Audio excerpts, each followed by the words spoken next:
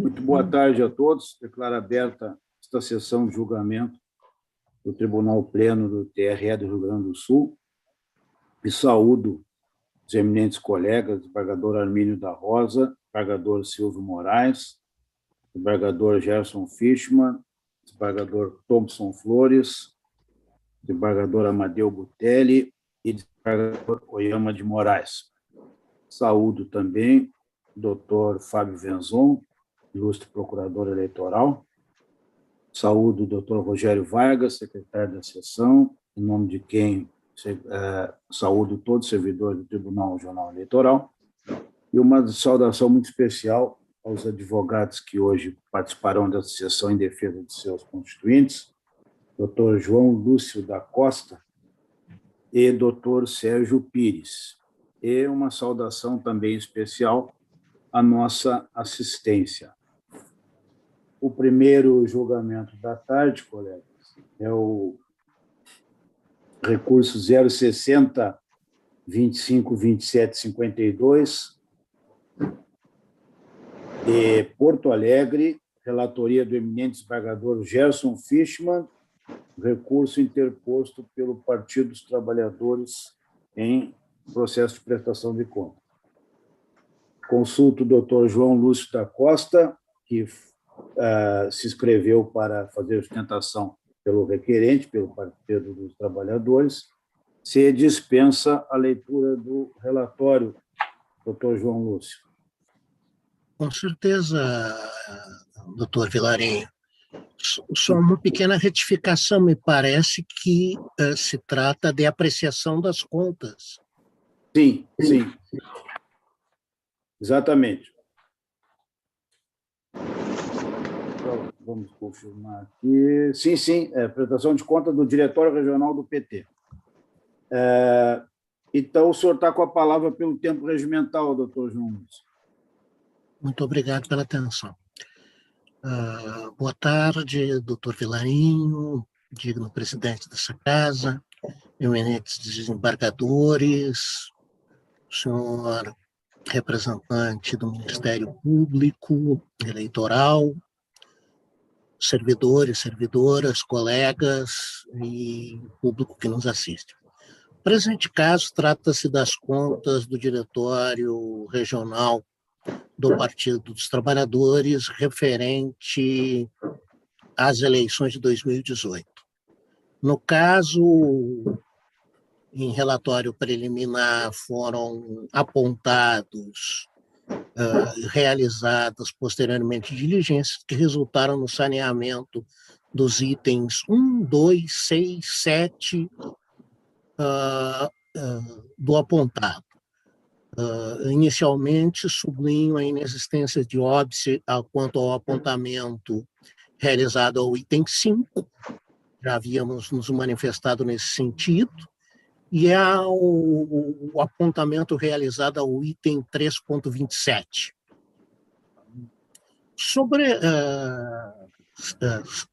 Restaram a discutir no presente feito os itens 3 e 4. O item 3, que diz com omissão quanto ao registro de despesas, no valor de R$89 mil, e o item 4, com transferências não registradas nas presentes contas. Em relação ao item 3, ao tempo do apontamento preliminar, registrou o prestador e os interessados que dos itens 3.1 aos 3.23, todos os débitos foram saldados com as devidas notas fiscais, sendo plenamente possível, as quais restaram ofertadas, identificar a prestação de serviço, a origem dos recursos e os favorecidos por esses valores. Ao item 4, houve um erro material devido a não ter sido juntado as doações estimáveis em dinheiro para as candidaturas femininas. No entanto, ao próprio parecer conclusivo, se dá pela congruência das notas que foram juntadas logo depois do parecer preliminar com os gastos realizados. E sendo esses dinheiros de origem do fundo partidário, fácil identificação de sua origem, apresentadas as notas, afasta-se a ideia de recurso de origem não identificada, de fonte vedada ou de qualquer ânimos malos. Nesse sentido, e eu aqui pretendo ser breve, porque essas sessões virtuais elas são bastante pesadas para todos nós, e sei que os senhores ainda têm uma longa tarde de trabalho. Considerando isto, ainda que ao parecer final refira o órgão técnico a monta de 43% de itens glosados, é de referir que deste valor, uma parte ínfima, em torno de R$13.000, correspondem a recursos de origem não identificada. Os demais valores dizem respeito a irregularidades no registro, no lançamento das informações. Denotar, inclusive, que, em relação ao item 4, as informações foram prestadas na prestação de conta eleitoral do tempo. Então, tem-se, pela possibilidade, com a devida vênia e entendimento diverso, de aprovação com ressalvas das presentes contas. No entanto, caso não tenham vossas excelências por esse entendimento, se roga a que, na apreciação de eventual sanção, se considere o valor absoluto da irregularidade, né, 134 mil, e o valor dos recursos provenientes do fundo partidário para dosimetria de eventual sanção. O valor do fundo partidário ao tempo desta discussão, desta sessão, corresponderia a R$126 mil. Daí que se roga, ou seja, realizar descontos desses valores de forma proporcional ao longo dos meses que entenderem vossas senhorias em fazê-lo, ou seja aplicada a sanção de suspensão do fundo partidário em patamar mínimo, eis que a aplicação em patamar superior ao mínimo já de por si elevaria a sanção a ser duplicada, né? O que, reiteradas as vênias a outro sentido, parece, a nosso juízo, demasiado.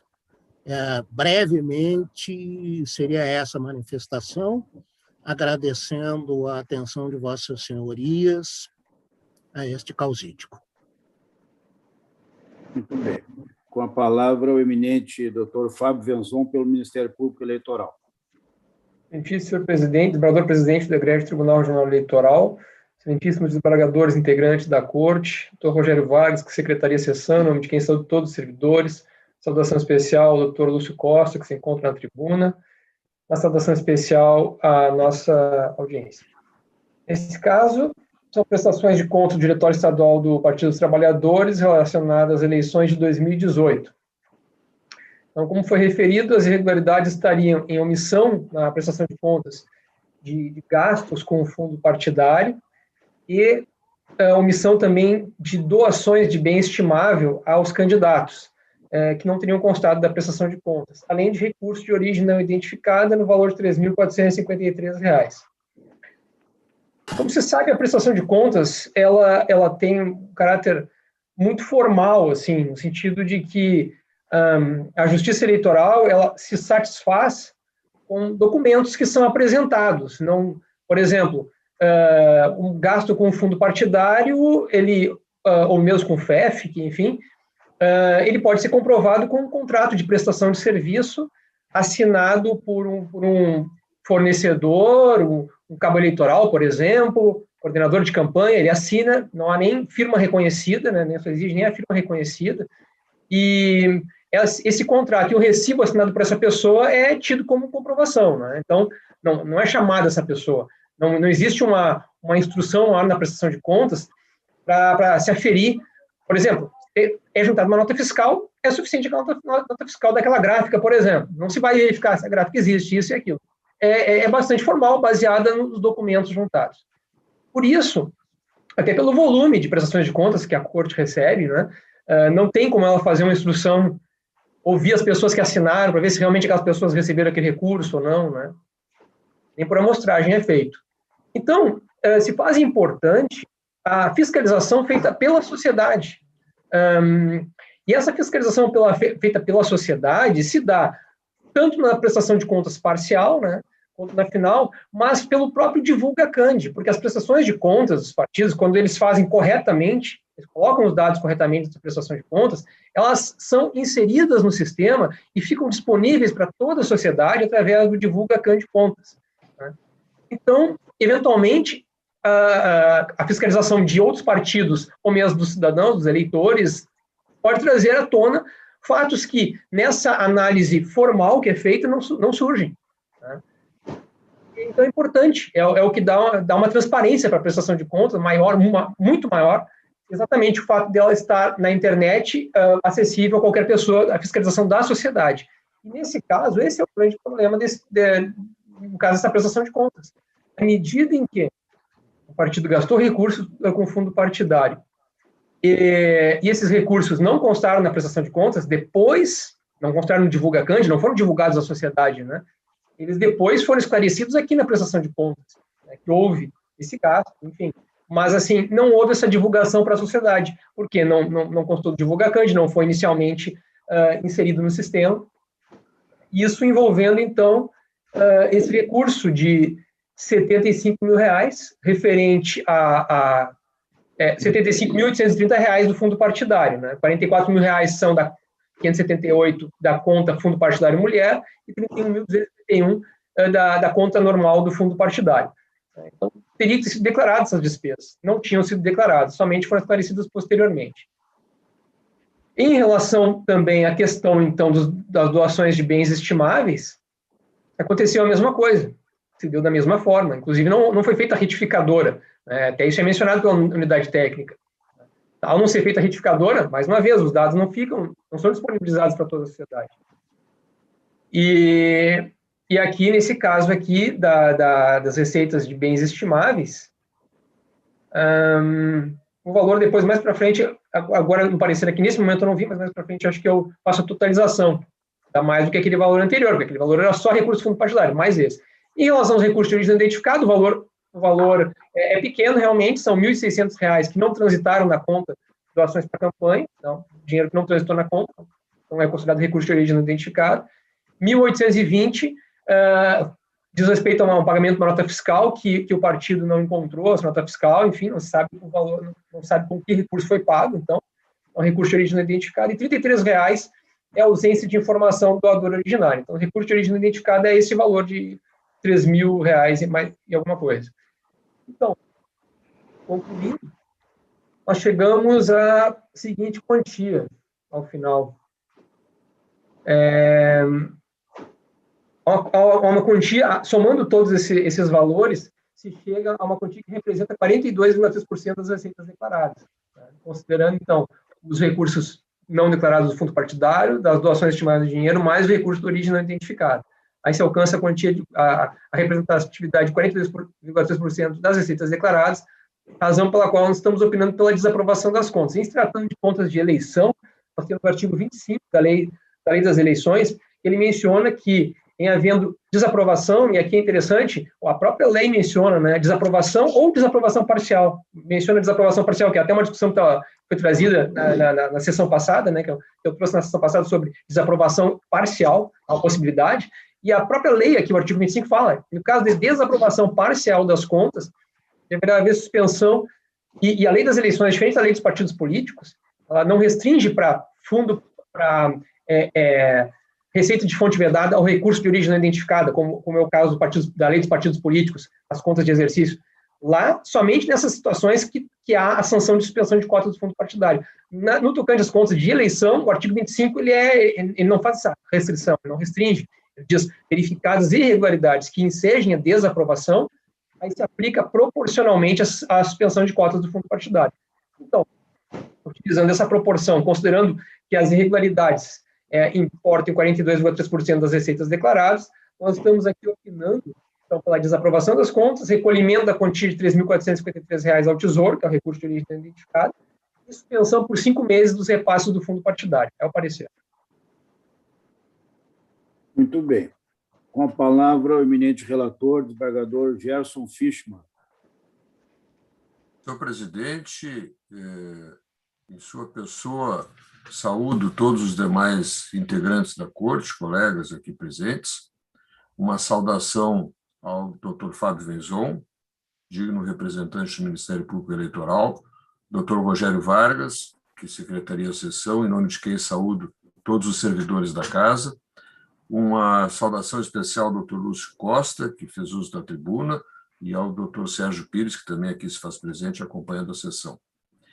Senhor presidente, eu vou apenas fazer um breve adendo, até em respeito, homenagem ao trabalho do Dr. Lúcio, que com muita, já sua reconhecida capacidade, quando aqui comparece nesta casa, nos traz sempre elementos instigantes da tribuna, e teve, inclusive, essa preocupação com o tempo, né, da nossa pauta, de modo que eu vou, com toda a brevidade, e já adianto, que o voto está alinhado ao que foi exposto no parecer do Ministério Público, como de regra tem ocorrido pelo trabalho minucioso que o Dr. Fábio e o Dr. Pumes fazem. Inclusive, o Dr. Fábio já apresentou até o somatório dos valores cujo voto entende pelo recolhimento.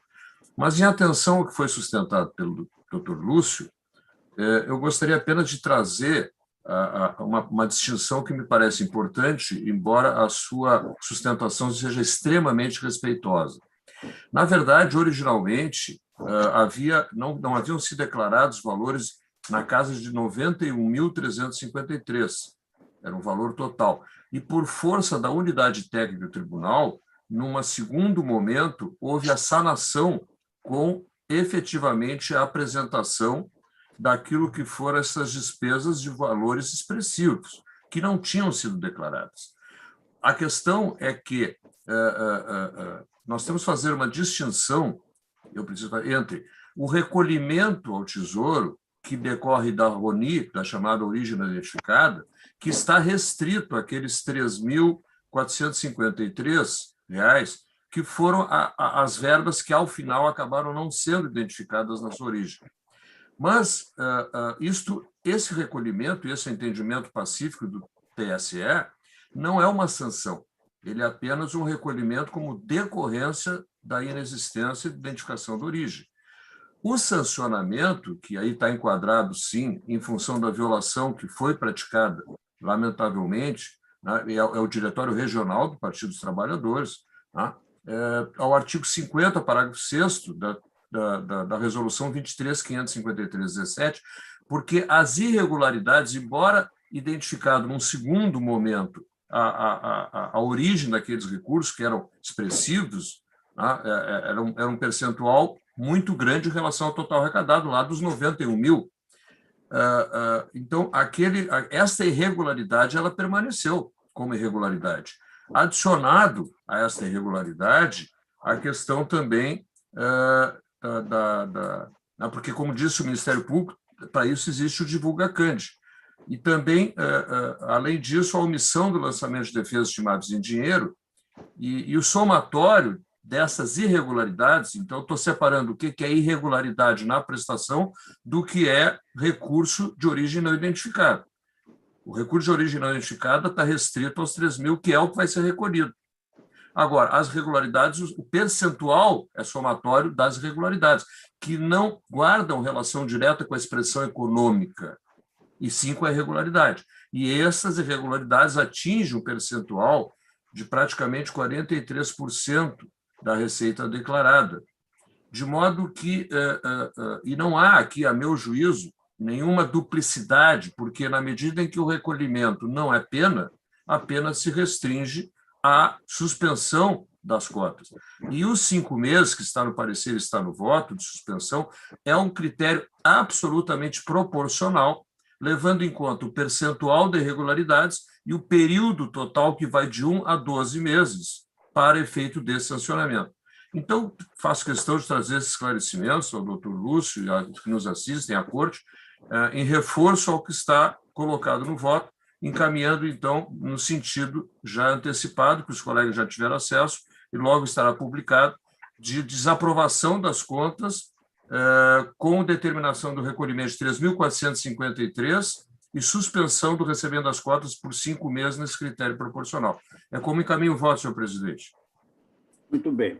Consulto os colegas se alguém deseja se manifestar. Então, proclamando o resultado, prestação de contas 060252752 de Porto Alegre. A unanimidade desaprovaram as contas e determinaram o recolhimento da quantia de R$ 3.453 ao Tesouro Nacional, bem como a suspensão dos repasses do fundo partidário por 5 meses. Muito obrigado, excelências. É o recurso 060-0480/05, de Campo Novo, relatoria do eminente desembargador Silvio Moraes, recurso apresentado por Iliandro César Welter e João Augusto Preto. Há um pedido de sustentação oral por parte do Dr. Sérgio Luiz Fernandes Pires, que falará pelos recorridos Marciele dos Reis Lima e Pedro dos Santos. Antes de passar a palavra ao doutor Sérgio, passo a palavra ao eminente relator, desembargador Silvio Moraes.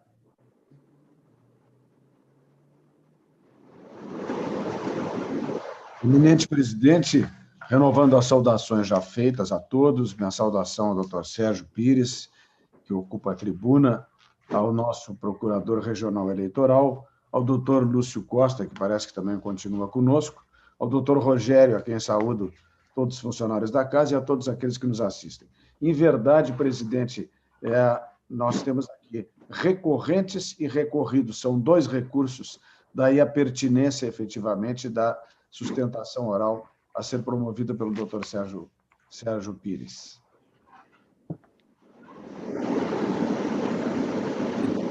Muito bem. Então, vamos ouvir a manifestação do doutor Sérgio Pires, que falará pelos recorrentes e recorridos Marciele dos Reis Lima e Pedro dos Santos. Vossa Excelência, doutor Sérgio, dispensa a leitura do relatório? Sim, Excelência. Muito bem. Então, está com a palavra pelo tempo regimental, doutor Sérgio. Boa tarde. Eminente presidente do Tribunal Regional Eleitoral, André Vilarinho, receba as minhas saudações. Também o eminente desembargador Silvio Moraes, relator presente feito, em nome dos quais eu saúdo todos os integrantes desta colenda corte. Eu também saudar o eminente procurador eleitoral, Dr. Fábio Venzon, Dr. Rogério Vargas, que faz a secretaria desta sessão. Em nome dele, eu saúdo todos os demais integrantes do tribunal. Saúdo também os assistentes. E, de uma maneira muito rápida, Excelência, quero fazer 2 reverências, porque, como foi dito pelo eminente desembargador Silvio, se trata de recurso tanto da parte autora da ação quanto dos réus. Na verdade, a primeira questão refere-se à propositura da ação, de uma ação de impugnação de mandato eletivo, feita pela chapa que foi derrotada nas eleições em Campo Novo em novembro passado. A acusação levantada, ela é absolutamente fácil de se compreender. Há uma alegação de que o pai da candidata a vice-prefeita teria, após as eleições, faturado uma quantidade de soja que seria incompatível com a sua situação e que poderia esse recurso ter sido usado para atender compromissos firmados de maneira ilícita durante o pleito eleitoral. Então, a partir disso que se faz na acusação de que houve o abuso do poder econômico. Contudo, a questão que foi muito bem analisada pelo juízo de primeira instância é de que não há nenhuma prova inicial, nenhum indício que vincule essa operação comercial a qualquer irregularidade ocorrida durante o feito. Minimamente, não há nada, nenhuma alusão a um fato concreto em que se diga houve recursos que foram colocados de maneira irregular durante a campanha e esses recursos eventualmente poderiam ter sido oriundos desta operação comercial. De verdade, uma operação comercial dessa natureza, aqui na região Celeiro, que é esta região em que fica o município de Campo Novo, é algo absolutamente comum. Se levanta a hipótese de que, como não era, ou se acusa que o pai da candidata não era agricultor, mas não se demonstra, não se comprova isso, mas mesmo que não fosse, eventualmente, é uma moeda de troca muito comum aqui na região a utilização de venda desses produtos. As commodities, e de uma maneira muito especial a soja, são usadas como se o dinheiro fosse. Portanto, não há, e neste particular, não há absolutamente nada que possa apontar para a necessidade de se realizar a continuidade da ação. Notadamente porque o Constituinte foi muito cauteloso ao dar a oportunidade de se fazer a sindicância logo após o resultado das eleições, mas também colocou, não é, uma responsabilidade naqueles que propõem ação, de, no mínimo, apresentarem alguma coisa que tenha uma perspectiva de evoluir durante a fase instrutória. Então, esse é o primeiro ponto que levou, então, ao recurso da parte autora. Nós aderimos fazendo um recurso da parte investigada com a intenção de que fosse sancionada esta ação temerária com aquilo que está previsto no Código de Processo Civil, que é a declaração da litigância de má-fé. Eu sei que esta questão é uma questão também que merece muita atenção, muita cautela, porque, afinal, tem que se garantir o direito de acesso à justiça, mas há que se ter uma medida nas coisas. E essas medidas nas coisas é que estamos solicitando que seja considerado para, eventualmente, se declarar litigância de má-fé e aplicar a multa nos termos que são de lei e da jurisprudência deste tribunal. Era isso, Excelência. Fico muito agradecido. Obrigado, doutor Sérgio. A palavra ao eminente procurador, doutor Fábio Venzon. Senhor presidente, renovando as saudações, uma saudação ao doutor Sérgio Pires, que se encontra na tribuna. No presente caso, o nosso parecer é no sentido da manutenção da sentença, porque, efetivamente, as alegações de compra de voto e abuso de poder, elas ficaram praticamente naquela seara do boato, assim, de ouvir dizer, né? Ouvir dizer que houve esse faturamento de soja para comprar votos de eleitores. Mas não se falou qual eleitor, não se entra em detalhe de forma alguma, né? Então, nós acabamos entendendo realmente aqui que não tem nenhuma prova. É a mera alegação de que teria feito essa venda de soja depois, mas não tem trazido nada de concreto, né? Até assim, por exemplo, eu cito um trecho aqui, nas razões recursais, os autores apontam ainda com relação ao valor decorrente do faturamento da saca de soja, que a suspeita que corre de boca em boca é de que foi usada para comprar votos e oferecer vantagens após a realização da eleição, né? Então, nesse sentido é que nós acabamos afastando. E também mencionamos aqui que, na fase recursal, os autores trazem um elemento de estranheza na operação, que não teria sido referido na petição inicial, qual seja, o de que o pai da candidata não seria produtor rural. Tal ligação, nós mencionamos, tal ligação, além de constituir vedada inovação da LIDE, porque em nenhum momento eles tinham falado isso, né? Também não vem amparado com qualquer prova, sendo fundado na suposta inscrição da referida pessoa como proprietário de comércio na cidade. Situação que, obviamente, não exclui a possibilidade da pessoa ter um comércio e também ser produtor rural, né? Então, em virtude disso, nós estamos realmente entendendo que correta sentença na parte que definia a petição inicial. No que se refere aos recursos dos réus, entendemos que não é o caso de aplicar a sanção de litigância de má-fé, porque não verificamos aqui conduta dolosa maior por parte dos autores. Então, nós estamos aqui opinando pela manutenção da sentença, conhecimento de desprovimento do recurso. Muito bem. Com a palavra, o eminente relator, desembargador Silvio Moraes. Eminente presidente, renovando as saudações, e uma saudação especial novamente ao doutor Sérgio Pires, eu antecipo que são 2 recursos, mas a decisão que os analisa individualmente está indo no mesmo sentido do parecer do Ministério Público.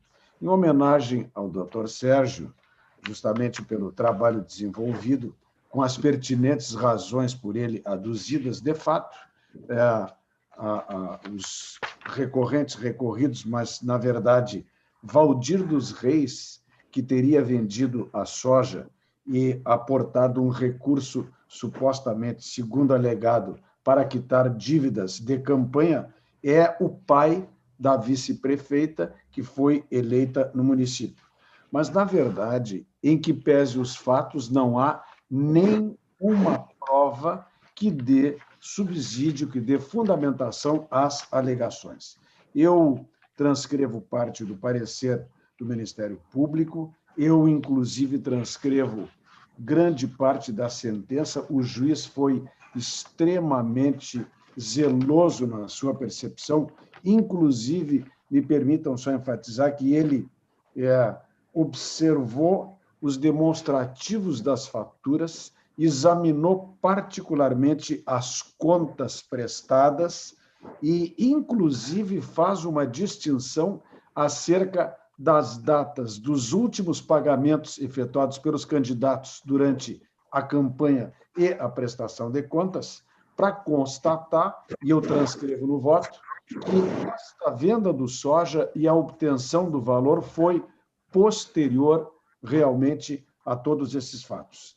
E eu apenas, para ratificar todas as razões do voto que eu já dispus na rede, eu me permito apenas, pela importância e porque sintetiza toda a linha de argumentação, destacar um pequeno trecho da obra do José Jairo Gomes, que realmente traz o escopo, ou seja, a necessidade de que um mínimo coerente de provas deve haver. Diz o doutrinador: a exigência de suporte probatório mínimo tem o sentido de evitar que essa demanda transforme-se em instrumento de vindita, de revanchismo político ou de injusta perseguição ao candidato sagrado vitorioso nas urnas. Se não é necessário que venha instruída com prova definitiva, cabal, é preciso, ao menos, que haja justa causa para a ação, de modo que se exibam elementos de convicção sérios e idôneos dos fatos articulados na inicial. Todo o trabalho posto no voto vai exatamente neste sentido, de sorte que realmente eu estou mantendo no passo a integral sentença. Quanto integralmente a muito bem lançada sentença. Quanto à questão da litigância de má-fé, que foi o recurso aviado pelo ilustre advogado que ocupou a tribuna, eu também entendo, aqui eu cito doutrina e cito jurisprudência do TSE e de outros TREs, inclusive, mas eu invoco Nelson Neri Júnior e Rosa Maria de Andrade Neri para lembrar que proceder de modo temerário é agir afoitamente, de forma assodada e anormal, tendo consciência do injusto de que não tem razão. Mas, como o próprio advogado lembrou da tribuna, cá se está no livre exercício de ação. Eu, inclusive, faço uma análise ao artigo 80 do CPC, examinando as hipóteses em que se considera o litigante de má-fé, estou entendendo que os elementos indicativos de eventual alteração da verdade dos fatos ou dedução maliciosa de pretensões que sabiam destituídas de fundamento a justificarem a imposição de sancionamento, não vislumbrei no comportamento daqueles que aviaram o recurso. Assim, considerando todas as razões que expus no voto, também no particular, eu estou votando pelo desprovimento de ambos os recursos e, na esteira do parecer do ilustre procurador regional eleitoral, eu estou julgando pelo desprovimento de ambos os recursos. Eu voto, presidente. Muito bem, desembargador Silvio. Eu consulto os colegas se alguém deseja fazer qualquer manifestação de voto. Não havendo, então, recurso 060-04-80-05 de Campo Novo, a unanimidade negaram provimento aos recursos. Colegas... Venha para me retirar da sala, excelência. Muito boa tarde, doutor Sérgio. Bom trabalho. Obrigado, igualmente. Colegas, dentro da sistemática que temos adotado, em razão do crescimento da pauta jurisdicional, eu, então, proponho aos colegas que nós examinemos individualmente apenas os destaques que os colegas quiserem fazer, ou o Ministério Público, ou aqueles recursos onde a decisão não esteja acolhendo o parecer ministerial. Então, e depois, ao final da pauta jurisdicional, teremos um processo da pauta administrativa, que aí sim passaremos ao desembargador vice-presidente para a relatoria daquele processo administrativo. Consulto, então, os colegas se querem, algum dos colegas tem algum destaque.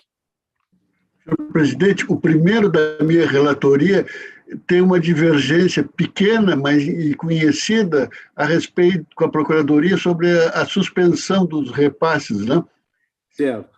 Então, vamos... Que poderíamos ir direto...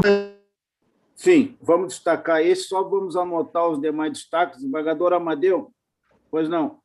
Está fechado, Amadeu.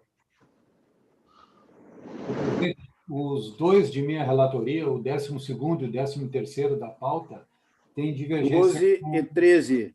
Isso, tá. Tem divergência com o parecer do doutor Fábio. A decisão está contrária ao parecer, é isso?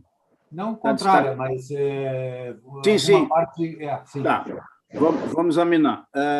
Alguém mais tem algum destaque? Desembargador Silva? Eu quero fazer... Doutor Amadeu, desembargador Amadeu, aquela questão da motocicleta, devo levar em pauta? Não, está tranquilo. Só uma curiosidade que...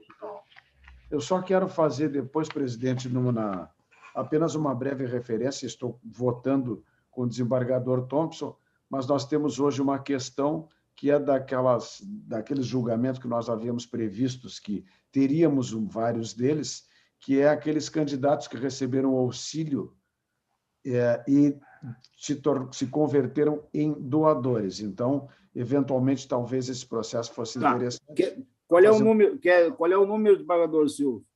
Deixa eu só verificar aqui. Me passa depois, então. Tá bem, eu lhe passo depois, por favor. Alguém mais? O doutor Fábio deseja destacar algum, fora esses que já serão destacados? Não, somente aqueles que têm divergência, né? Somente os que têm divergência. Sim, já aqui nós temos o 13, o 12 e o 13, por enquanto.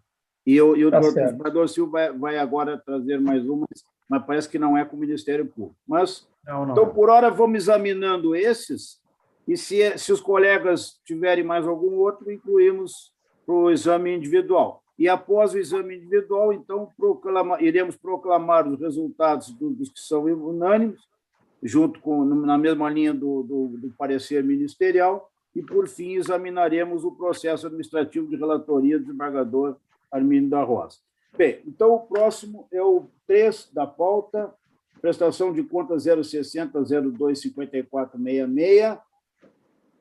Eu passo a palavra ao eminente procurador, doutor Fábio Venzon. Senhor presidente, renovando as saudações. Aqui, no caso, trata-se de prestação de contas do Diretório Estadual do PSD, abrangendo movimentação financeira do exercício 2018. Estamos aqui tratando de fonte vedada, eu não vou entrar em grandes detalhes, porque eu sei que a divergência aqui, o desembargador Armínio já mencionou, seria apenas em relação à questão da sanção, né, como foi na outra sessão. Então, assim, mas basicamente são a questão envolvendo fontes vedadas, recursos de fonte vedada, e também aquela questão da criação e manutenção, gasto dos recursos para a criação e manutenção de programa de promoção e difusão da participação política das mulheres, que, no caso aqui, foi descumprida uma decisão da Corte para que fosse feito, e não foi feito. Agora, no caso das fontes vedadas, que é o primeiro, nós temos o recurso de 26.729, relacionado a assessora da Assembleia Legislativa do Estado, e mais 7 mil e pouco referentes a autoridades. Referentes a autoridades não, a chefe de divisão, gerente, coordenador, enfim, todos eles cargos em comissão, né, nos termos do artigo 31, inciso 5, que veda a doação por esses detentores de cargo de livre nomeação e exoneração, ou cargo de emprego público temporário, né. Então, nós tivemos essas duas situações aí de fonte vedada. A alegação, tem aqui a alegação do partido, é uma alegação, assim, acho que assim vale a pena mencionar, né? O partido defende, porque as pessoas não eram filiadas, né? E o partido defende o afastamento do valor de 16.930, que seria referente a doações feitas por militares da ativa, lotados na casa militar. E eles dizem que, como os militares não podem se filiar, então teria que ser considerado como se fossem filiados. Então, seria regular as doações deles. Mas aí seria exatamente a burla da Constituição. A Constituição diz que não pode se filiar porque não quer a partidarização dos militares. Nós fomos amparar essa interpretação de que os militares podem ficar fazendo doação para o partido, porque, como se filiados fossem, nós estaríamos descumprindo o texto constitucional que veda essa filiação. Então, não pode ser acolhida essa tese, sob pena de estarmos violando o artigo 142, parágrafo 3º, inciso 5 da Constituição Federal. Estabelece que o militar, enquanto em serviço ativo, não pode estar afiliado a partidos políticos. Então, o valor de fontes vedadas é R$ 33.881,15. Esse é o valor de fontes vedadas. E a outra irregularidade é aquela, como eu mencionei, aquele percentual de 5% do fundo partidário que tem que ser destinado para, enfim, em prol de programas destinados a garantir a participação feminina, enfim, né, e de incentivo, né, à participação feminina. E o partido postulava que supriria isso o seminário de formação de pré-candidatos de 2018, que foi feito para homens e mulheres, então ele diz que 30% desses gastos teria que ser considerado, né, e a convenção partidária para a escolha de candidatos. Então, obviamente, convenção partidária, seminário de formação de pré-candidatos destinado a todos eles, né, não supre. Isso aí é o normal, é a regra, é aplicado para homens, mulheres, enfim, né, não é o que postula, o que objetiva a norma. Né? Então, essas foram as irregularidades. E fontes vedadas, como eu mencionei, 30 e poucos mil reais de fontes vedadas. Aqui, assim, eu volto a frisar, porque são as oportunidades que eu tenho aqui para poder me manifestar, né? Então, às vezes nós vamos, assim, até complementando o discurso feito anteriormente, né, na sessão passada, agora nesse caso também. Né? Então, assim, como mencionei, a questão de não se aplicar sanção. Uma coisa é se a legislação, ela expressamente diz, como é no caso da multa, desaprovados, aplica-se multa. Aí nós temos o artigo 37, ou ele é inconstitucional, se ele não é inconstitucional, tem que ser aplicado. Então, se desaprovar, não tem como aplicar multa. Então, nossos pareceres, todas as vezes nós dizemos, aqui aprovação com ressalvas, não se aplica multa. Mas a sanção de suspensão de cotas de fundos partidários, ela está no artigo 36, não faz nenhuma referência. Ela diz o seguinte, artigo 36, verificada o recebimento de fontes vedadas, aplica-se a sanção de suspensão de cotas do fundo partidário. E depois se entende que se proporcional, se aplica proporcionalmente. Aí tem a aplicação do princípio da proporcionalidade no momento em que você aplica proporcionalmente a sanção de suspensão de cotas. Por exemplo, a pessoa, ele 50%, as fontes vedadas representam 50%, ele vai ficar 6 meses sem receber cotas do fundo partidário. Aquele que a representatividade é 10%, vai ficar um mês e alguma coisa, 2 meses no máximo. Né? Então, existe aplicação do princípio da proporcionalidade sempre. Inclusive, todos os nossos pareceres, nós fazemos essa proporção. Né? Consideramos o percentual e colocamos ali, fazemos uma conta matemática em relação ao número de meses, número de dias, enfim, e aí fixamos ali a nossa sugestão, nosso parecer, de sanção, sempre aplicando o princípio da proporcionalidade. O que nós verificamos que termina não sendo a aplicação do princípio da proporcionalidade é simplesmente não aplicar nenhuma sanção. Porque ali houve uma irregularidade que pode chegar até a 9,9%, e a Corte pode entender que é aprovação com ressalvas e não aplica nenhuma sanção. 10% é mais de um mês até, seria até mais de um mês. Então, aí nós não entendemos que nós estamos aplicando o princípio da proporcionalidade. E se nós vamos fazer um paralelo com o direito penal, quando é que não se aplica uma sanção? Não se aplica uma sanção quando se entende que ela não tem qualquer lesividade, fora aquelas outras hipóteses de isenção de pena, mas quando a gente fala em princípio da insignificância no direito penal, é quando não existe lesividade. Chega ao ponto, o furto de um lápis, por exemplo, se entende que não foi lesado, não há nem tipicidade, se entende que não houve nem furto, não houve a menor lesividade. Ou um falso que não tinha, que o conteúdo era totalmente relevante juridicamente, não tem nenhuma lesividade, né? Então, se não tem nenhuma potencialidade de lesar o bem jurídico tutelado por aquele dispositivo penal, não há nem mesmo a tipicidade. E aí se afasta pelo princípio de insignificância. Mas como é que nós vamos dizer que é insignificante R$33 mil recebidos de fonte vedada, de cargos em comissão, com todas essas questões que a gente já viu, inclusive já houve condenação aqui na Corte, a utilização de cargos de comissão para campanha, para rentabilidade, essa coisa, essa preocupação que nós temos com a partidarização da administração pública, o prejuízo, inclusive, a eficiência da administração pública, né? Porque quando se coloca alguém ali porque a pessoa vai doar para o partido, né?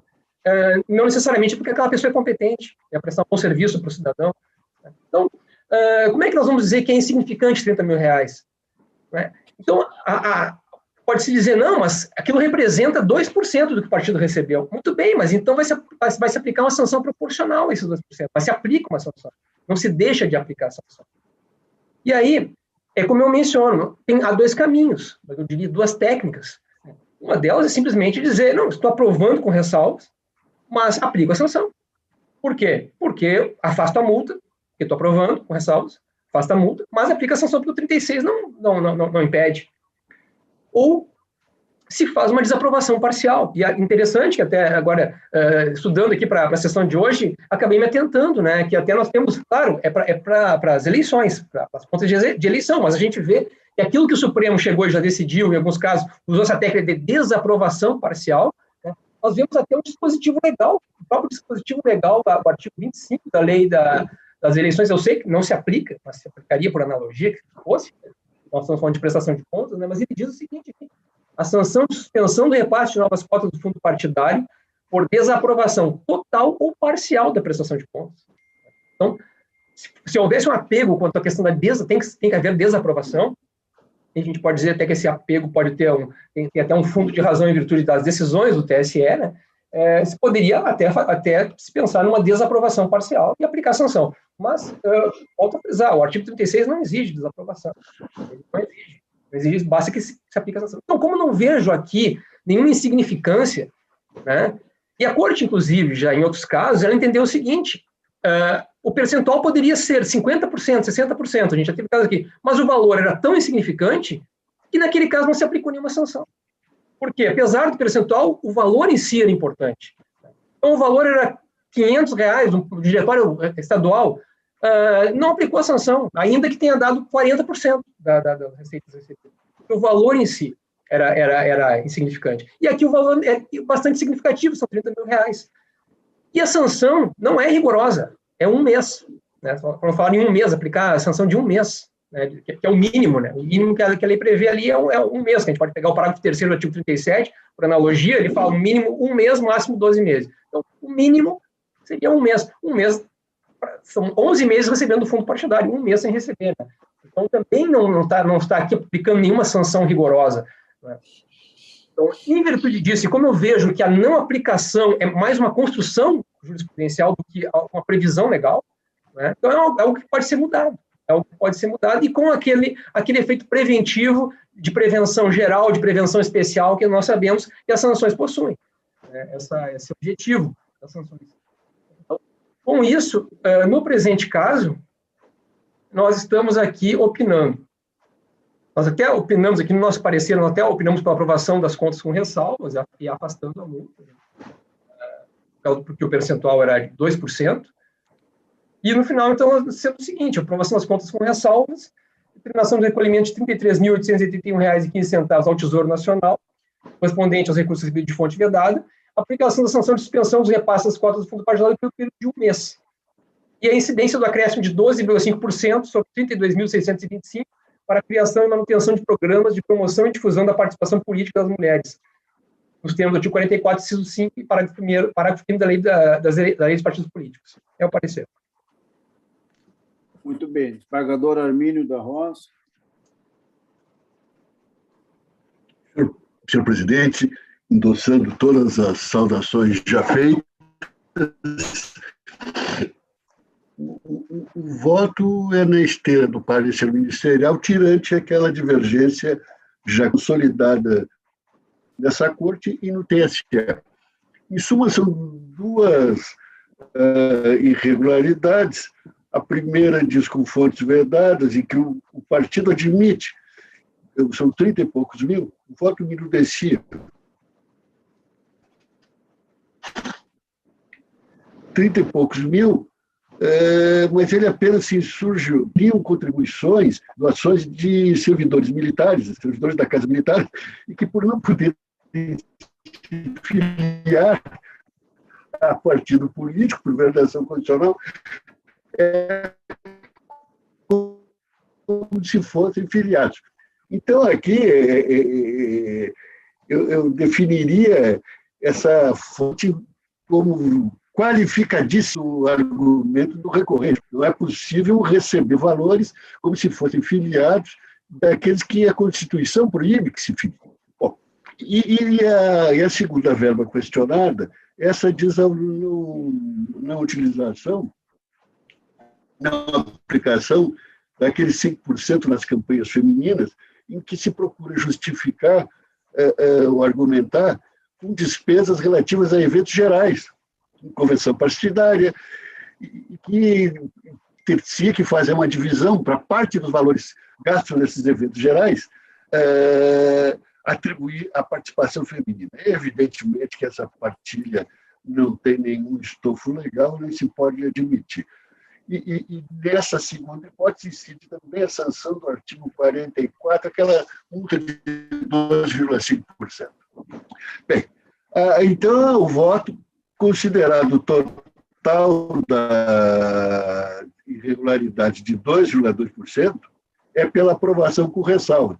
Aqui já se questionou isso, do valor, mas é um valor mais alto. Mas sim, parece-me inteiramente lógico entender que aqui o partido recebeu mais de 1 milhão no total, que aqueles que recebem valores maiores se expõem também a irregularidade de maior valor. Se eu recebo 100 e eu consegui ser irregular em R$ 99, é um grave desvio de conduta. Agora, para quem recebe 1 milhão e se chega lá a 60 mil, proporcionalmente, recordo que o ditador Gerson falou muito bem, com muita felicidade, a proporção aqui é a régua do critério da isonomia, da paridade de tratamento. Não é? Isso acho que não me parece que se deva, com todo respeito, né, e enaltecendo a sustentação do Dr. Fábio, não é? Como sempre muito bem fundamentada, como sempre alinhando nas suas convicções, o que me merece o maior respeito e a maior admiração. No entanto, não vejo por que abandonar aqui a jurisprudência consolidada nessa corte, até para evitar um critério até para evitar uma injustiça, né? Alguns entendemos assim, agora para outros, sem nenhuma causa superveniente, passamos a dar um tratamento diferente. E a questão de nomenclatura não me impressiona tanto, né? E já vi sentenças julgando improcedente em parte. Normalmente se julga a dicção tradicional procedente em parte, mas já vi julgamentos de improcedência em parte, né? Então, essa questão de nomenclatura não me impressiona muito. Com o que o voto devoluções do artigo 44, da lei da 1606, mas não aplicando a suspensão dos repasses de fundos partidários. É um voto, senhor presidente. Bem, consulto os colegas se alguém deseja fazer qualquer manifestação.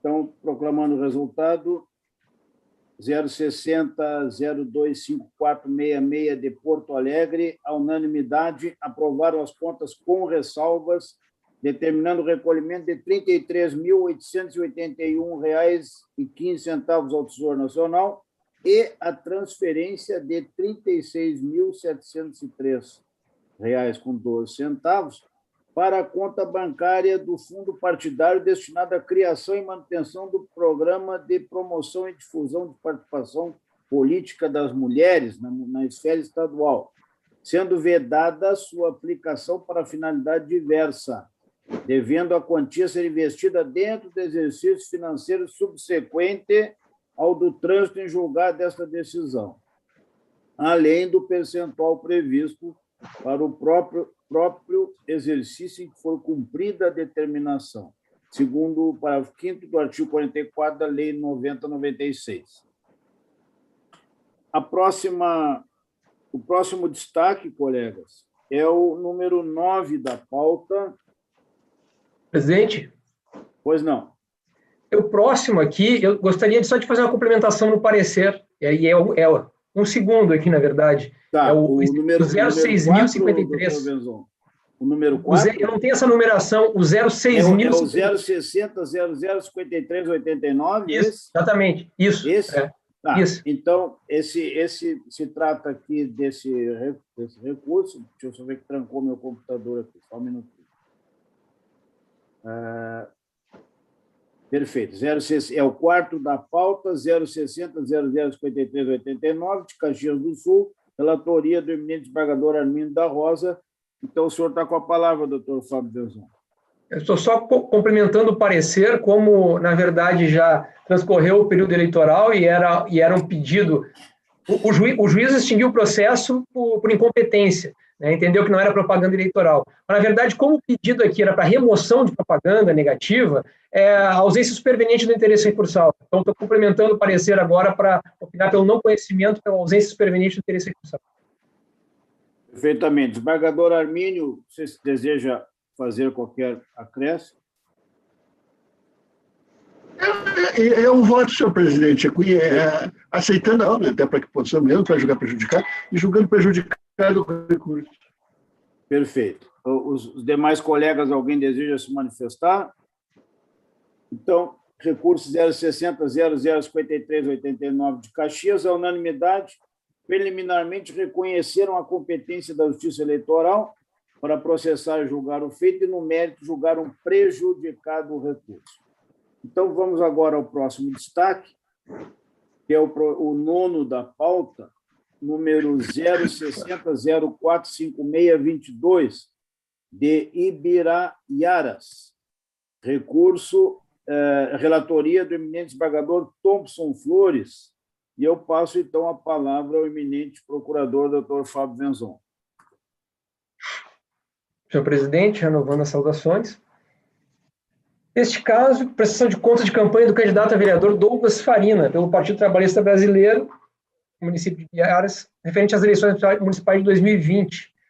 A sentença desaprovou as contas e determinou o recolhimento de R$ 700 ao Tesouro Nacional em virtude do recebimento de doação de pessoa física, de Evandro Antônio Desan, beneficiário do auxílio emergencial do governo federal, a evidenciar a ausência de capacidade financeira do doador, bem como a ausência de demonstração da origem dos recursos. Né? Nós estamos dizendo, nesse caso, o seguinte, e assim, nós pegamos já vários desses casos aqui, nós já demos parecer em vários, houve um julgamento, mas a gente vai receber aí uns 30 ainda, tem uns, não chega a tanto, mas é por aí. E o que eu posso dizer, já antecipar, é que a grande maioria vai ser, se não a totalidade dos próximos que serão julgados, serão parecidos com esse, e não com o anterior. No sentido de que, no anterior, houve aquela questão da doação também da caminhonete, enfim, não é? E que se viu que havia que tinha como doador, tinha como candidato saber, ter conhecimento, que essa doação estava vindo de alguém que estava recebendo benefício, auxílio emergencial, ou a pessoa não tem capacidade financeira, ou está utilizando um recurso do auxílio emergencial, envolvendo a pandemia, uma campanha eleitoral, ou seja, não possuía necessidade do recurso, não possuía necessidade do recurso. Auxílio emergencial é para necessidades prementes, né? E aí, sim, vem aquela grande dificuldade que nós temos de concordar que alguém receba auxílio emergencial e faça doação. Não temos como concordar. Por um lado, isso demonstra ausência de capacidade financeira, porque se ele busca auxílio emergencial, então, em tese, ele pode estar sendo utilizado como laranja. Por outro lado, se não é isso, se ele tem condições, como aquela pessoa que tinha carro e tudo mais, então é uma violação do princípio da moralidade. Aqui nós estamos falando de recursos públicos. De alguma forma, eu acho que o princípio da moralidade poderia ser aplicado. Porque quando nós vemos pessoas, e às vezes nós temos pessoas próximas da gente, então, que trabalharam com a gente e estão recebendo o benefício que precisam receber esse benefício, o benefício é pouco para aqueles que precisam, ele é pouco para aqueles que precisam. Nós estamos vendo tanto que se falar agora na televisão de pessoas com dificuldade até alimentar, né? Numa pandemia, uma coisa grave como essa, né? E nós vemos pessoas pedindo benefício, ou servindo como laranja, ou pedindo o benefício para doar para a campanha eleitoral, isso em detrimento daqueles que poderiam ter recebido mais, aqueles que precisam de alimento e poderiam ter recebido mais. Porque esse benefício ele é dividido de acordo com os beneficiários. Se os beneficiários forem menores, certamente se poderia dar mais para aqueles que realmente precisavam. Então, eu, na qualidade de Ministério Público, não consigo dar um parecer pela aprovação das contas, principalmente, porque aí tem um detalhe. Esses casos todos, a grande maioria, eu referi, nós estamos falando de eleições municipais em municípios pequenos, e eu fui verificar quantos doadores doaram para aquela campanha. Então, neste caso, este candidato, ele só recebeu doações de 2 pessoas. Uma é essa pessoa aqui. Então, acreditar num município pequeno, ele recebeu doações de 2 pessoas, ele não conhece os doadores, claro que são pessoas amigas, são pessoas próximas. Eu não posso presumir nada em contrário, são pessoas próximas. Então, todos os casos aqui, os pareceres, eu procurei olhar quantos doadores doaram para aquela campanha, para verificar se poderíamos dizer que o candidato não sabia, não tinha como conhecer essa situação. Né? Não, é um candidato que está sabendo que está ali recebendo ou de uma pessoa que é laranja, ou de alguém que não precisava receber benefício assistencial, está recebendo, querendo ou não, parcial do benefício assistencial para a campanha eleitoral. Então, uma situação é crime, a outra, no mínimo, violaria o princípio da moralidade. Como nós estamos falando de recursos públicos, eu acho que é possível se pensar em aplicar o princípio da moralidade aqui, para que a justiça, ela, com a postura, com a decisão desses casos aqui, no futuro não se vai fazer mais a mesma coisa. Vai se pensar, não vale a pena fazer isso. E caso contrário, de certa forma, vale a pena, porque se for pego, aí a pessoa tem que devolver, aí, né? Caso contrário, também, e aí não tem uma sanção maior, né? Não tem uma sanção maior. Então, nesse caso, é isso. Um município pequeno, ele recebeu doação de apenas 2 pessoas. Uma recebeu o benefício de auxílio emergencial. O valor são R$700. Não sei por que razão, também, vocês vão verificar nos próximos, assim, muitos casos o valor é R$700. Por alguma razão, eu não sei, não são todos, mas a grande maioria, o valor doado é R$700. E, então, nessa situação, nós estamos aqui opinando aqui pela gravidade do fato, e a irregularidade, no caso, representa 29,66% dos recursos declarados como recebidos. Então, entendemos cabida a aprovação das contas com ressalvas, e opinamos, então, pelo conhecimento e desprovimento do recurso, e aí a necessidade de recolhimento desse valor ao Tesouro. Estamos aqui entendendo que é recurso de origem não identificada. Esse é o nosso parecer, pelo conhecimento e desprovimento do recurso. Muito bem. Com a palavra, o eminente desembargador Thompson Flores.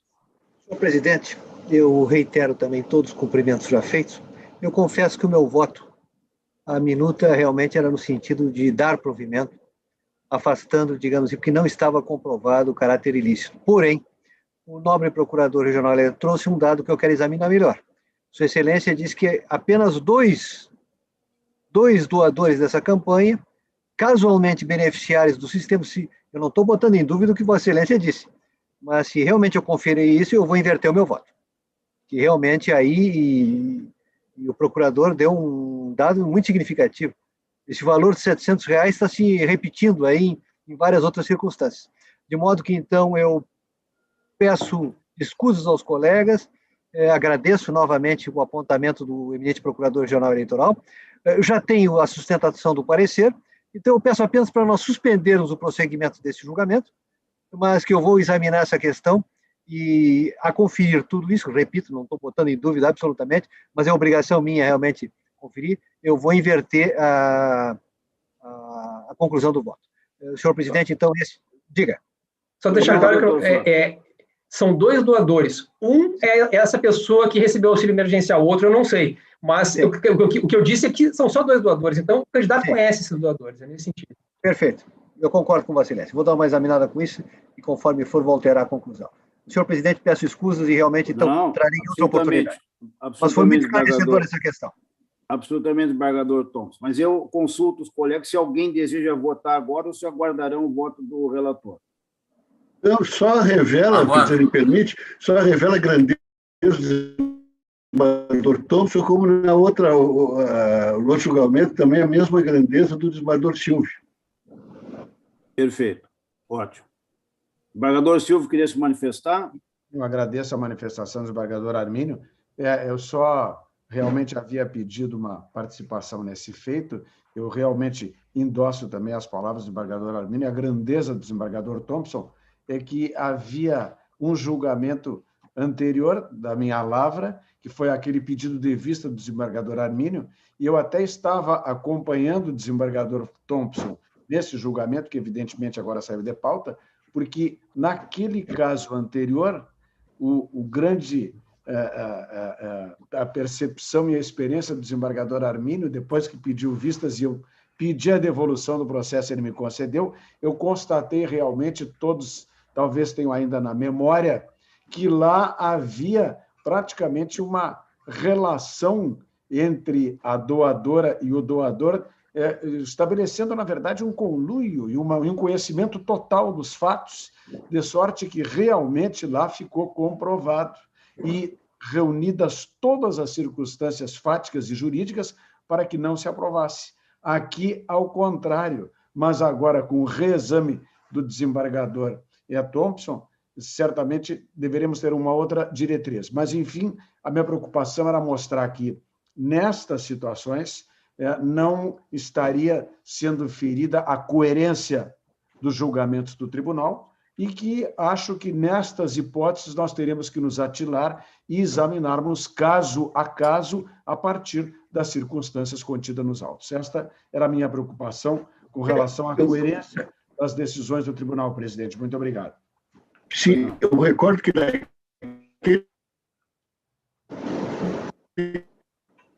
falhando.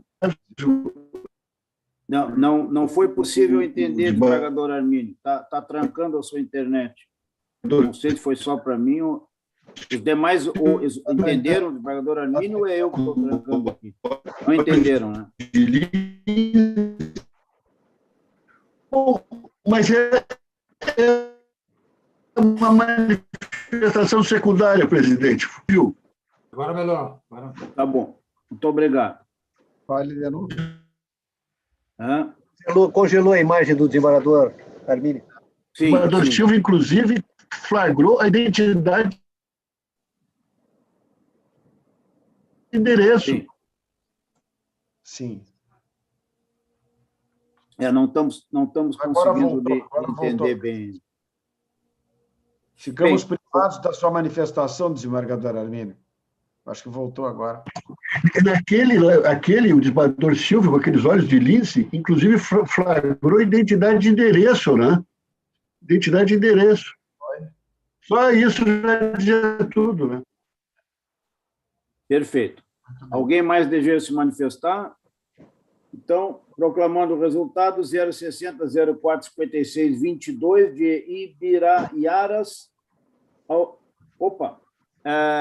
Em regime de discussão, foi suspenso o julgamento.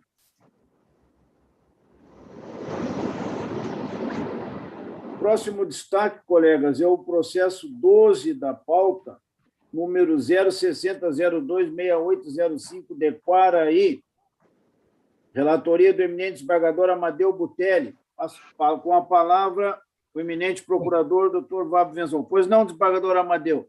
Presidente, só uma questão no mérito, eu estou acompanhando o voto do eminente doutor Fábio, é só a superação de uma questão preliminar por ele mesmo levantada, que era com relação ao não conhecimento do recurso por ofensa ao princípio da dialeticidade, que eu estou afastando. Então, no mérito, acolho na íntegra o parecer do Procurador Regional Eleitoral pelo desprovimento do recurso. Eu não acho que não há necessidade de manifestação. De destacar. Não tem necessidade. Não tem necessidade. Doutor Fábio não precisa destacar. Tá. Não. Então, bom, já vamos proclamar então o resultado 12, que já fica fora da lista. É o 060026805 de Quaraí. Negaram provimento unânime. Tem um destaque também aqui no 13º, desembargador Botelli. Procedência de Machadinho, 060043515. Sim, senhor presidente, endossando a Vamos saudação. passar a palavra ao doutor Fábio Venzon. Sim, Então, que eu estou provendo, em parte, o recurso, e o parecer dele é pelo desprovimento. Sim, pois não. Doutor Fábio, por gentileza, quer se manifestar? Certo. Eu gostaria só, rapidamente, até para colocar um pouco a razão da nossa posição, agora que estão começando a ser julgadas as prestações de contas das eleições de 2020, né? Então, assim, eu até imagino o que talvez seja aqui a divergência, né? Que aqui, no caso, foi a prestação de contas apresentada pela candidata vereadora Camila Baldissera, eleições de 2020, em São José do Ouro. Houve desaprovação das contas recorrente em virtude de doação com recursos próprios acima do limite legal e fixou multa no valor de R$ 142,16 e equivalente a 50% da quantia em excesso. Então, aqui é o autofinanciamento ilícito, não é? Poderia ser 10% do valor do limite para a campanha eleitoral e a pessoa excedeu num valor pequeno, efetivamente, né? Realmente o valor aqui é um valor pequeno. O excesso foi R$ 142,36. As receitas declaradas são R$ 2.515, então aqui o percentual deu 11,35%. Assim, a questão do autofinanciamento, eu acho que me parece que está claro que efetivamente houve, não é negado o fato, né? Ela só justifica alegando que não agiu de má fé, né? Então não é negado o fato, mas eu acredito que seja talvez pelo valor, talvez esteja sendo aprovada com ressalvas as contas, alguma coisa do gênero, né? Eu acabei, todos os casos que até agora eu mandei, eu acabei me fixando no percentual, mas assim, focando no seguinte, e talvez este valor especificamente seja realmente mais baixo, mas assim, em eleições municipais, nós vamos ver muitos casos, a maioria das irregularidades, elas são em valores pequenos, não são valores grandes. Assim, a grande maioria, os valores não são grandes mesmo. Então, me pareceu que se eu não me apegasse aqui ao percentual, praticamente tudo seria aprovação com ressalvas, mesmo com percentuais altos, porque os valores são pequenos nas eleições municipais, principalmente em municípios, tem muito município muito pequeno, né? Então, essa é a razão pela qual eu acabei aqui me atendo ao percentual e não ao valor. Depois, vou verificar à medida que forem sendo feitos os julgamentos, né? Não sei qual o valor que a Corte vai entender como, independente do percentual, como passível de aprovação com ressalva, né? Mas saliento que é diferente da aferição do valor quando se fala de um diretório regional, por exemplo, né? Que às vezes R$ 3.000 é um valor pequeno para um diretório regional, prestação de contas do diretório regional, mas para uma eleição municipal, prestação de contas de candidato, os valores são muito pequenos mesmo, de modo geral, os valores não são grandes das irregularidades. Então, essa é a razão pela qual aqui nós opinamos pelo conhecimento e desprovimento do recurso. Muito bem. Desembargador Amadeu Botelli. Senhor presidente, endossando as saudações anteriores, né, a divergência pontualmente se refere a essa questão do valor, né, que entendo módico, né, o valor que superou esses limites de gasto foi de R$ 284,72, implicando isso em 11,3, 11,35, como referido do Dr. Fábio, né, por cento. Eu trago a colação aqui um julgado deste tribunal, da lavra do eminente desembargador Baini, julgado em 2019, né, onde, pelo pequeno valor de ultrapassado o limite de gastos, né, naquele caso equivalia a 15,5%, é bem inferior, e estando bastante próximo daquele parâmetro adotado por esse TRE e pelo TSE também, que inclusive dispensa a demonstração contábil, né, por parte do doador, adotando isso por analogia, eu entendo que seria voto pelo sentido da aprovação com ressalva das contas da candidata Camila Baldiceira, mantendo a sanção de multa de 50% do valor ultrapassado, no montante de R$ 142,36. Assim como voto, presidente. Muito bem. Consulto os colegas se alguém deseja se manifestar. Então, recursos 060, 0435, 15 de Machadinho, unanimidade, deram parcial provimento a fim de aprovar com ressalvas as contas, mantendo a obrigatoriedade de pagamento da sanção pecuniária de R$ 142,36, com fundamento dos artigos 27, parágrafo 1º e 4º, e artigo 74, inciso 2º, da resolução TSE 23607. Colegas, então, não tendo mais destaques na pauta jurisdicional, vamos proclamar o resultado daqueles que ainda não foram votados. Então, começamos pelo quinto da pauta, prestação de contas 060 02 23 46 de Porto Alegre, a unanimidade rejeitar os embargos de declaração.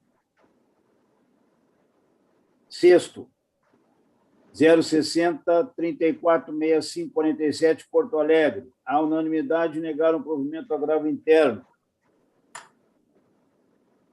Sétimo, 060 03 15 52 de Santiago, a unanimidade deram parcial provimento ao recurso a fim de afastar a multa aplicada por ausência de previsão legal.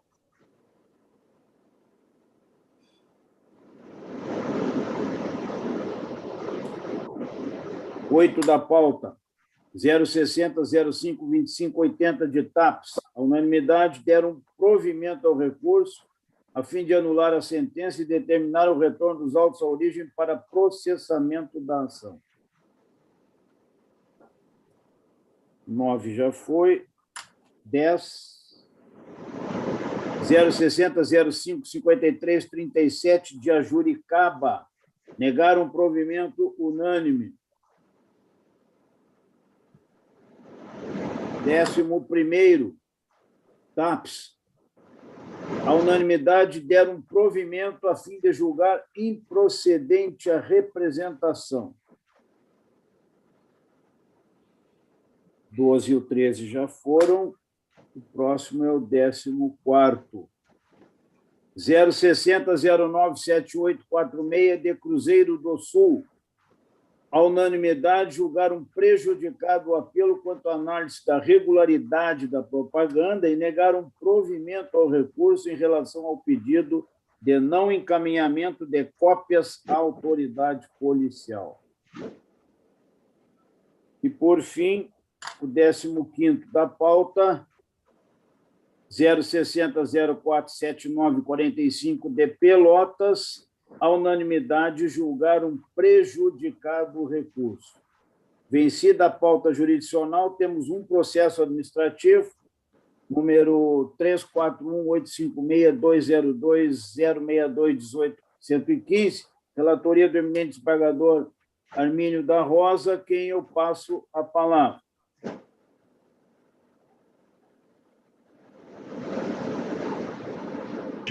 Meus colegas, eu vou me estender um pouquinho mais nesse recurso administrativo, até em atenção à servidora, seu interesse, né, e que provavelmente esteja acompanhando a sessão.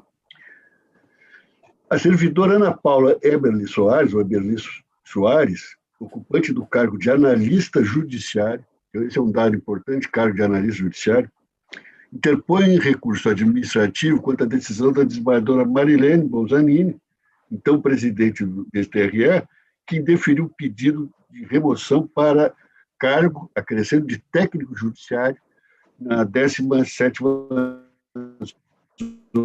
zona eleitoral.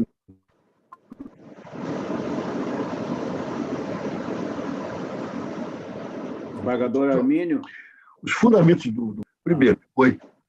Não, que tinha trancado a internet, eu ia sugerir a conexão, mas agora destrancou. A conexão hoje está ruim, por isso eu vou procurar ser... Tá. Se não, se trancar, eu lhe aviso, aí se o senhor quiser entrar pelo celular, talvez fique mais fácil. Celular? Tá, vou pedir, mas vamos tentando assim. Primeiro, então, o primeiro fundamento do recurso é que existia vaga de técnico judiciário não preenchida na 17ª Zona Eleitoral em Cruz Alta.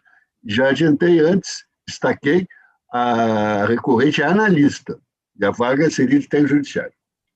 A ausência de interessados à vaga de técnico judiciário no concurso de remoção realizado à época.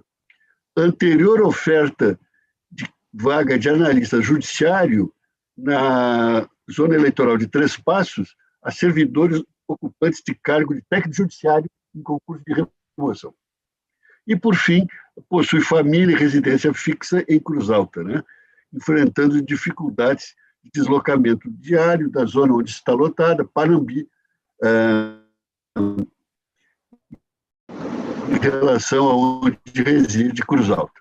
Essa é a síntese.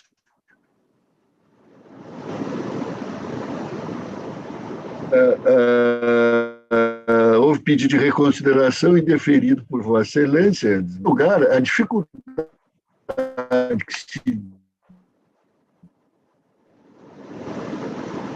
constata quanto à pretensão da recorrente é de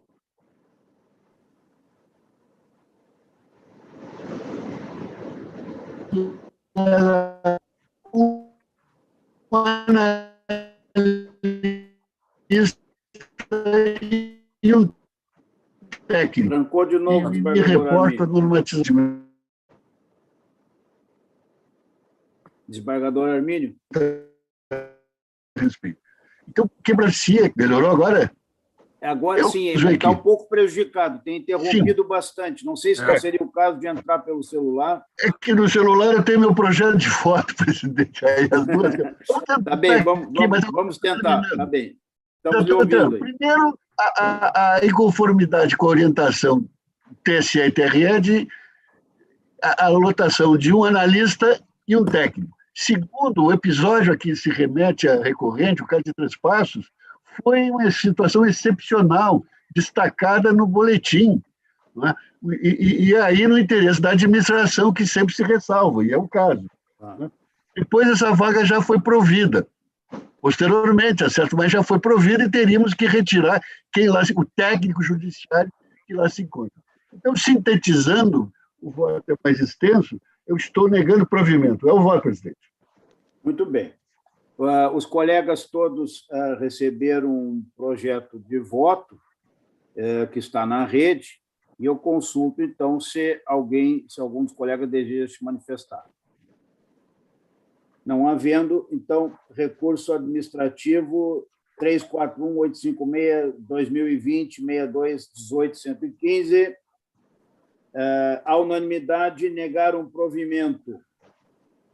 Colegas, a nossa próxima sessão será amanhã, quarta-feira, 12 de maio, às 10 horas da manhã, destacando o horário.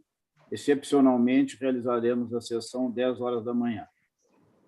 Agradeço a participação de todos e desejo a todos uma boa tarde e muito bom trabalho a todos. Até amanhã, se Deus quiser. Tá,